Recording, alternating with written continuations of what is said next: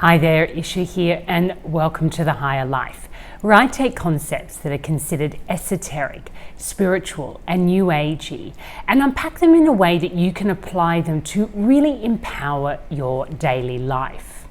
And in today's episode, I want to talk about something that I've been playing around with in the last few weeks, and I found it quite a fun way to really get clear on what your essence nature might be, or that part of you that is kind of eternal, or the part of you that makes you authentic. You know, working for years as a transformational life coach, this was the area that was very difficult for most of my clients to get their head around, that we have this essence nature and we have this kind of unique personality or persona that has some kind of purpose in the life that we're living right now. And when I say purpose, I don't necessarily mean something to do, but that the life that we're living, our daily ordinary lives, somehow creates exactly the right conditions to facilitate some kind of gift that we want to mature in this lifetime.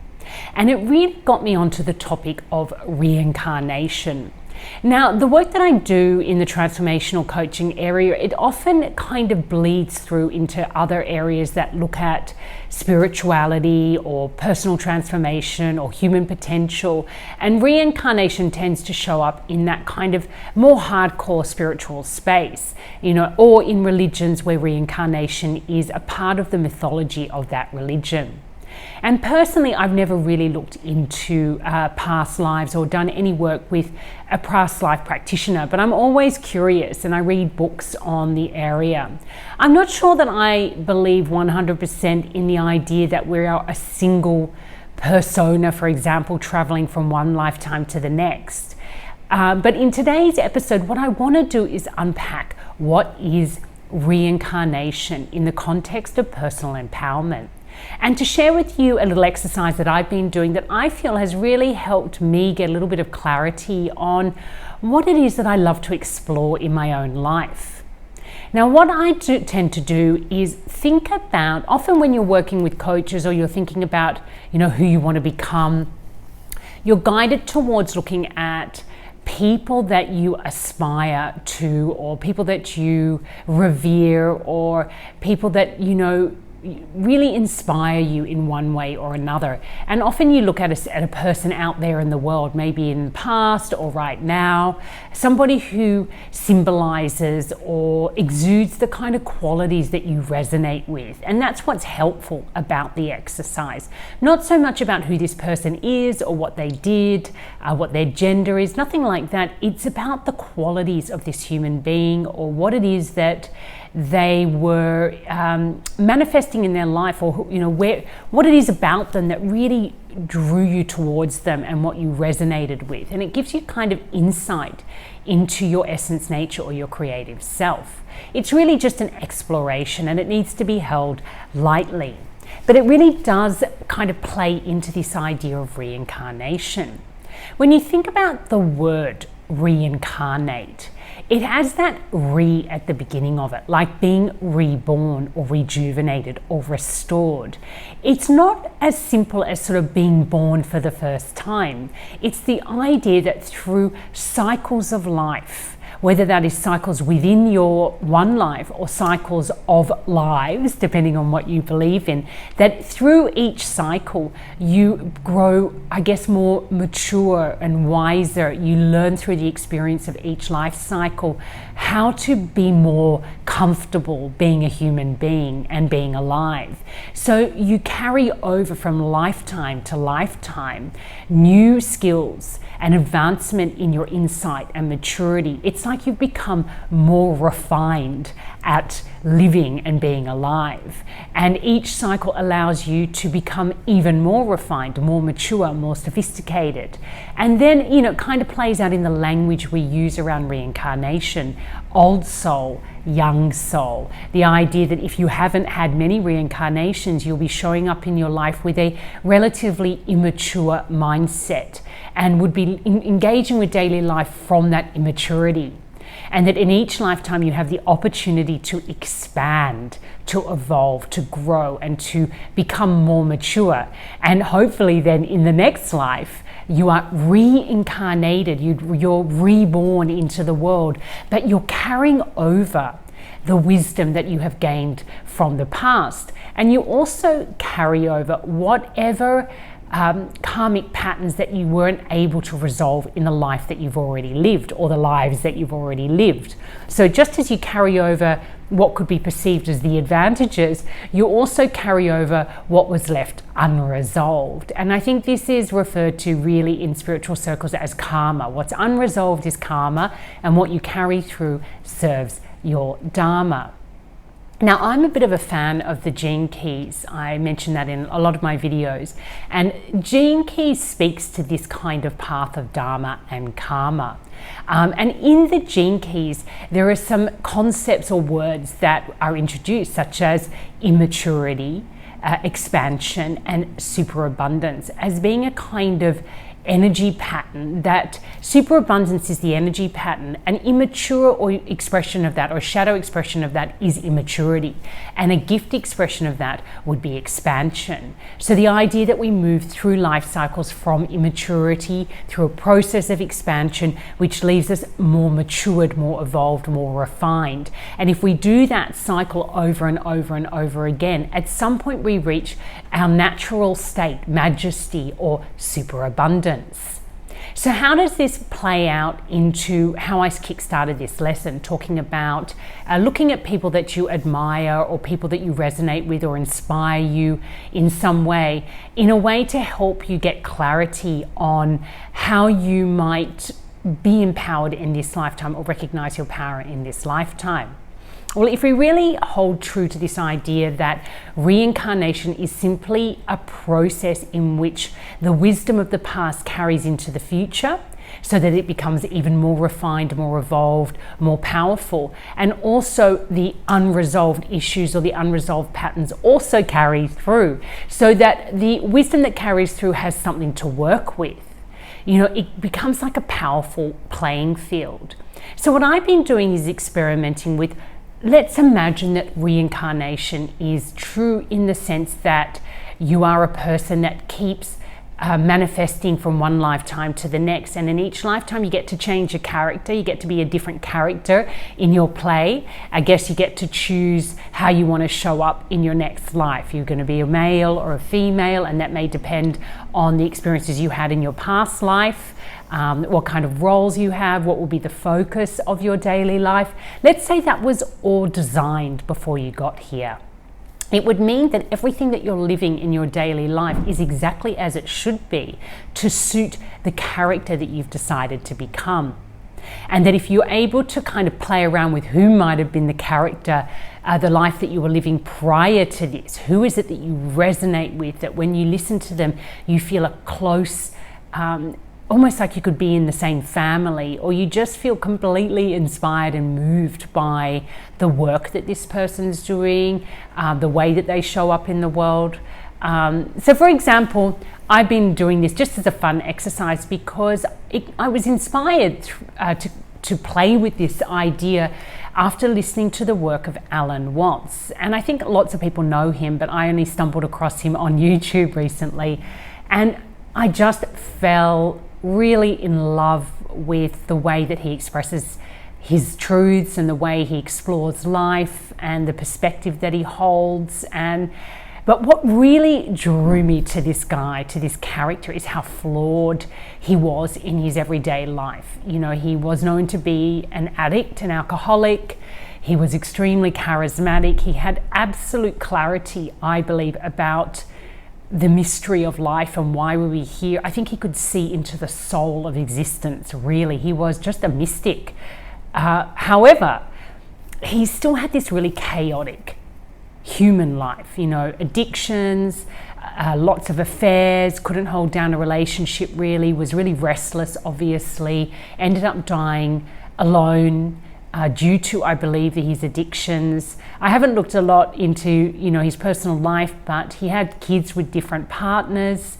And this is not demonizing the guy. This is just what drew me to him, because there's parallels with my own life. You know, I've really been able to have some very clear insights into the meaning or to the mysteries of life. And I don't know where that comes from. I believe it is something that is just carried over through generation to generation. But since being very young, I've always sought to understand things at a deeper level than my peers. You know, I have insight into patterns of behavior in the human condition that I've, of course, nurtured through a lot of education and training and all the things that I've done over the last 20 years, but it was definitely there beforehand. And, you know, I had a pretty chaotic youth and early adult life with lots of addictions and partying and moving from one country to the next, one job to the next, one relationship to the next. Was really finding it hard to be grounded in my human life, let's say. So, you know, really strong parallels with this persona of Alan Watts and the poetry of his life, but also the difficulties and the complexities. So playing around with this, I would imagine what happens if, because Alan Watts died before I was born, that Alan Watts and I are the same person. You know, that was his, you know, he was playing that character in that life. And then at the end of it, he decided next time what I want to do is come back as a woman who really wants to really seek her wisdom through motherhood, you know, a role that requires an immense commitment to another being, to the well-being of another being, that really asks you to stay in relationships. You know, I've had to address my addictions and go into recovery and work through those and really address the weaknesses or flaws in my human character. And I still have this beautiful alignment with the spiritual wisdom, but I had to come back into that. It wasn't just there when I mean, it was dormant, but then I grew into that aspect of myself, and it feels really familiar and strong and effortless. But the focus of this life was not to take the stage again and become this orator and this entertainer and this under the spotlight, but actually to tackle all those aspects of my life that I didn't tackle in the life that I had before. You know, the family stuff, the addictions, the restlessness, the mundanity of being tied into marriages and parental roles that really are extremely dry, I would say, in relation to the life that this guy lived. Now, of course, this is probably an entirely fabricated story. However, it really worked for me in the sense of understanding why I might have chosen the life path that I've chosen right now. And I needed to do that because the life path that I'm in right now is creating a lot of confusion. You know, I'm in these roles which are very mundane, and I know I want to be in them, and I know that I've had amazing personal growth and become a much more empowered, refined and resourceful human being through these really difficult, ordinary roles. At the same time, I live in a culture which is constantly saying to me, this is not enough.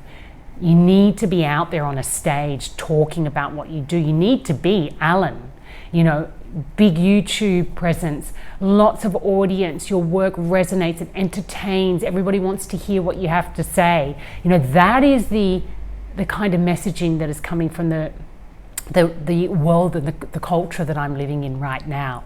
So it's really interesting, right? Because there's a conflict in my inner world around the life that I'm living and the life that I think or the outside world tells me I should be living. And there's real reward for the life that Alan Watts was living. You know, you get paid for that. People hold you in high regard. There's an ego aspect to it that is very fulfilling, I believe. The ego feels fulfilled when it has presence and it has an audience. And that's not a bad thing. Its message, it gets communicated. I have been enormously influenced in a positive way by the YouTube videos of Alan Watts, and he doesn't even, you know, he hasn't been living through my entire lifetime. That is the power of somebody who's taken the stage, and it's worked really well for them. However, let's just say that that's done for him, and in this lifetime he wanted to experience something else, being a woman, being in a very mundane, ordinary life, and taking all that wisdom and applying it and seeing what happens.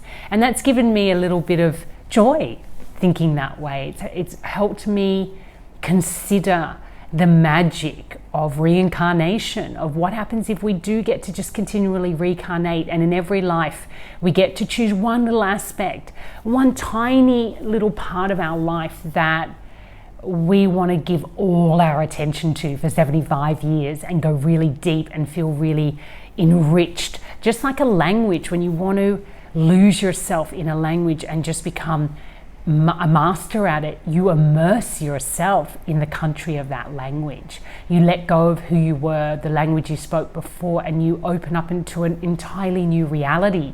And in that, you become transformed by learning that language and becoming fluent. So perhaps every lifetime is just an opportunity for fluency in some part of our life that we feel we could master.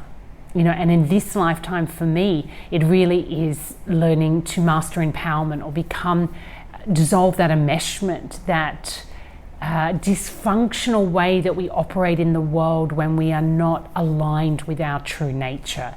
And that's what the work that I do has been dedicated to. And I didn't think that that's what it was dedicated to. This is a revelation. It's something that doing exercises such as this one, considering reincarnation as the opportunity to live many lives, and in each life to grow wiser, more mature, and to address the aspects of the past life that you didn't get time to in that life, so that you can have all the experiences that your spirit has been desiring, and you don't have to fit it all in to one life, which is what we try to do in our modern culture, in our Western culture, is like get it all in there, pack it in, be everything to everyone, live your highest potential, but also have a simple life, give to the world, but also make sure that you give to yourself. It's very confusing, it's very tiring. And if we can draw it out over lifetimes, we just create this beautiful oxygen. And actually it does help you get clear and consider what is the essentials in this lifetime.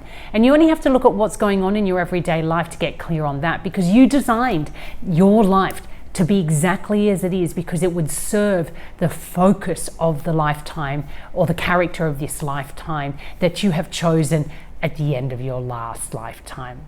Now look, if you don't believe in reincarnation, no worries. Just considering reincarnation as that cycle where humanity brings forth the wisdom that was gained in the past generation to the current generation, and also brings forth what the last generation wasn't able to resolve, for us to then resolve with this more mature insight that we now have.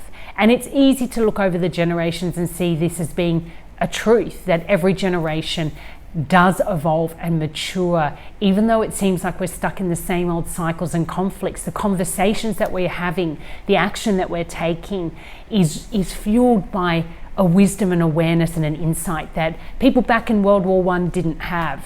So, we need to align back into the true purpose of our life, the true purpose of humanity, to dissolve enmeshment, to embrace empowerment, and to recognize that we are always on the path of maturity. The spiritual path is the path of refinement, of empowerment, and of maturity. So if you found this fun, I'd say try this exercise in your own life. I think that you'll get some valuable insights into what makes you who you are in this lifetime, and actually will help you meet the conditions of your life with a lot more humor, curiosity, and awe. Now, if you love the work I do here, absolutely subscribe here at higherlifetv to receive more free teachings. Head over to my academy, higherlifeacademy.com. Kickstart your own journey into personal transformation with the free masterclass. It's a real class. It's not a sales pitch. Or take on any of my paid courses, which are all very affordable and really offer you a one-path approach to personal empowerment. So until next time, take care and love life.